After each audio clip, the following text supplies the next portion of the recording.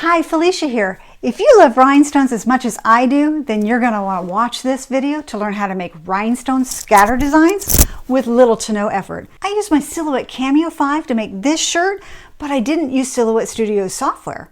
Instead, I used Sure Cuts a Lot. I've only used this application a couple of days, and I'm actually working to test it with the Locklet Crafter cutting machine. But while I'm going back and forth with the vendor, I thought I'd test out the connection to my Cameo and make a rhinestone shirt. I will say that Sure Cuts a Lot is an awesome vendor to work with. Their support team is quick to respond and easy to work with. Before we get started, please give us a thumbs up, share this video with your friends, and subscribe to our channel if you haven't already. Then click that notification bell to get notified when new content is posted. And if you haven't joined us for a Make and Sip live stream, we go live every Wednesday at 4 p.m. Eastern. Grab your favorite beverage and join us for some fun.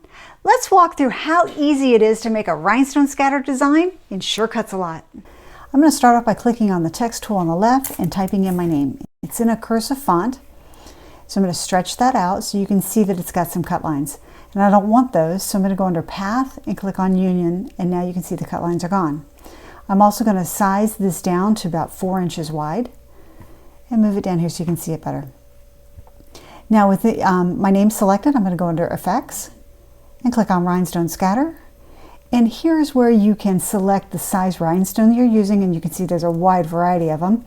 And you can also adjust the shape of the scatter here. So there's a contour one and a preview button at the bottom, so you can preview what that would look like. There's also an ellipse and preview.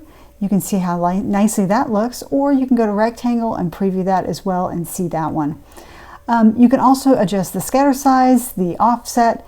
If I adjust the scatter size and increase it, you can see that it added additional rhinestones on the outside. And if you're happy with that, we're going to go ahead and say OK, and that's all there is to it. My name is going to be cut in regular vinyl, and then obviously the rhinestones will be done on rhinestones. I'm going to go ahead and select the rhinestones layer and go under Cutter. And I'm using my Cameo 5, and I've got my blade depth set to 6, my force at 33, my score force at 3, and speed at 5. And I'm ready to cut.